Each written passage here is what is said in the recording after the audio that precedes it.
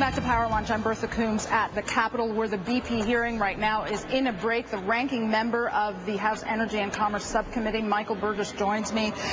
Congressman, what was your impression of Mr. Hayward? I know you seemed frustrated when you asked him questions. Well, he won't answer any questions, and really we were hoping that he might be more forthcoming than we've had in some of the other, when we've had other members from Mr. McKay from his organization come in. He's really told us nothing either. And I did ask Mr. Hayward at the start, are we keeping you from some productive activity where you might be capping this well?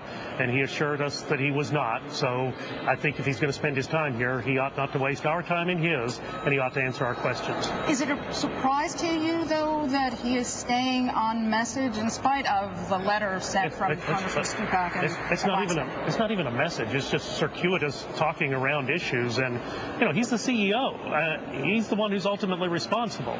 And when I tried to ask him about, say, if there were problems on the procedures of the Deepwater Horizon, are there problems in other wells that you've got in the Gulf? And he was like, oh, Congressman, we've got 1,000 other wells.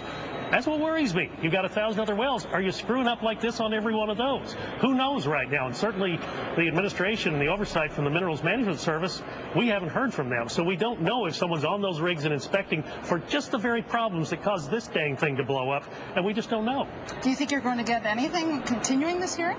We have to continue. We owe it to the families. Last week we were down there and heard from two of the ladies who lost husbands. They told us they wanted us to ask BP the question that I asked in my opening statement. Will you assert that safety is your highest priority and that you're not putting profits above safety? I didn't get an answer to that question the first go round. We'll try again.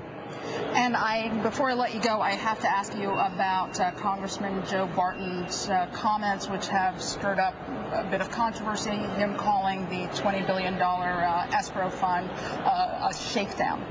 Well, Mr. Barton made it very clear he was speaking for himself and not for any other member of the committee, so let's take him at his word on that. I told Mr. Hayward that I would not apologize to him. He was the one who has hand on the switch, who could have called off operations the days that before the explosion when things were clearly going badly.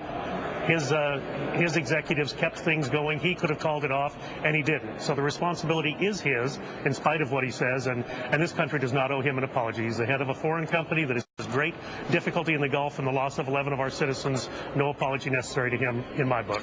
Congressman Michael Burgess of Texas, thanks so much for joining us. Back to you in the studio. Thank you, Bertha, very much.